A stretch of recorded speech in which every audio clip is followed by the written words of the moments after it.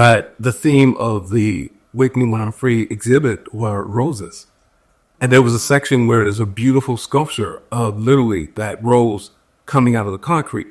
And this is one of those things that my wife got me on, that normally I'm the one noticing. As you walk into that section, that the theme is the roses. They also have the fragrance of roses, so you can smell them. And you see flower videos of the pebbles like falling down. It was powerful.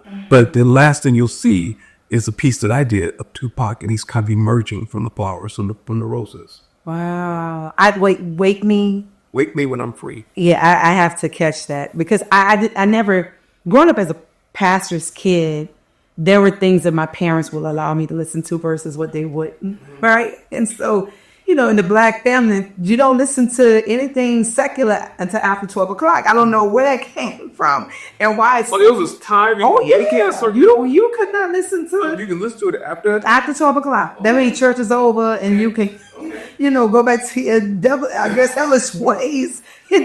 However, you could not listen to it until after 12 o'clock. And I would always, my mom had this huge record player, that compacted record player, the cassette player and everything, you can store the vinyls. And so I would always relate to Marvin Gaye. And then I would always go to Aretha Franklin. Those are like top two that I would listen to. And however, my family my mom and dad never really they taught us about being Black. However, I feel now that I'm older about being Black and understanding the oppression that comes from this skin color.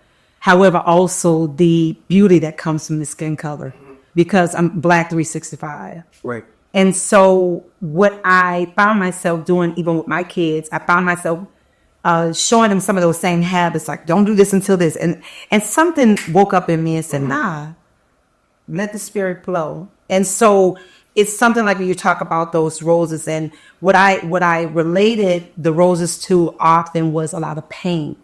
And I feel like in my childhood was a lot of pain. So when I would sing or even create, because there's this one flower that I have to draw. I don't know where it came from. Don't know what it's called, but it's a flower. And on my hand, you'll see I have a lotus.